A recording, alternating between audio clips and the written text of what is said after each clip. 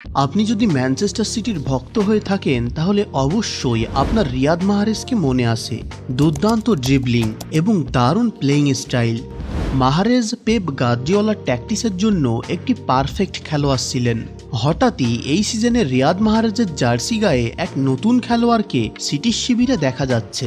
তার প্লেইং স্টাইলকে অনেকে রিয়াদ মাহরেজের প্লেইং স্টাইলের সাথে তুলনা করছে, অনেকে তাকে আবার মাহরেজ 2.0 বলছে। কে এই Mahrez 2.0?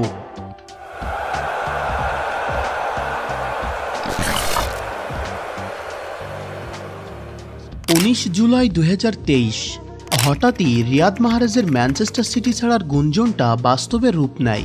30 million ইউরোতে Saudi club Al আহলিতে যোগ দেয় রিয়াদ মাহরেজ। তার অপ্রত্যাশিত এবং কোনো পূর্ব শর্ত ছাড়া এমন করে ক্লাব বদলানোটাই কিছুটাই সমস্যায় ফেলে দেয় পেপ গার্দিওলাকে। সে সিজনে লিগ জিতলেও মাহরেজের অভাবটা বেশ বড় আকারেই পড়েছিল পেপ গার্দিওলার ট্যাকটিক্সে।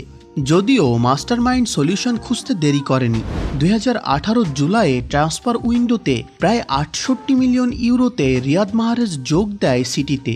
সেই সিজনে লিস্টার সিটির শিরোপা জয়ের জন্য মাহরেজের প্রভাব অনেক বেশি ছিল। গার্দিওলা তার পটেনশিয়ালিটি বুঝতে পেরেই দেরি না করে চড়া দামেই বাগিয়ে নেয় তাকে। এরপর থেকে হতাশ করেনি মাহরেজ। 256 ম্যাচে 78 গোল এবং 56টি অ্যাসিস্ট করেছিল। গোল এবং অ্যাসিস্ট দিয়ে মাহরেজের পারফরমেন্স বিচার করা যাবে না। এই সিজনে ম্যানচেস্টার সিটি একটি রাইট উইংস কেনে 25 মিলিয়ন ইউরো খরচ করে। 20 বছর বয়সী এই ব্রাজিলিয়ান রাইট উইংসের নাম স্যাভিনহো। যেখানে সবাই এনরিক, এস্তেভাও উইলিয়াম, ভিটার রকিকে নিয়ে ব্যস্ত, সেই ভিড়ের মধ্যে উঠে আসলো স্যাভিনহো গত সিজনে জিরোনাতে খেলেছিল। ফ্রেঞ্চ ক্লাব ট্রয়েস থেকে লোনে খেলছিল জিরোনাতে, যেখানে গত সিজনে 11টা গোল এবং 10টি অ্যাসিস্ট করেছিল স্যাভিনহো। এক সিজনে 104টি ড্রিপ কমপ্লিট করেছেন স্যাভিনহো। ব্রাজিলিয়ান খেলোয়াড়, আর তার মধ্যে সাম্বা ফুটবলের কৌশল ভালোই আছে। আমরা সকলেই জানি ম্যান সিটির সিস্টার ক্লাব জিরোনার ডিরেক্টর পেপ গার্দিওলার ভাই পেরে গার্দিওলা। স্যাভিনহো সেখানে ভালো খেলার পর সে সিটিতে যোগ দেবে, এটা খুবই স্বাভাবিক ঘটনা।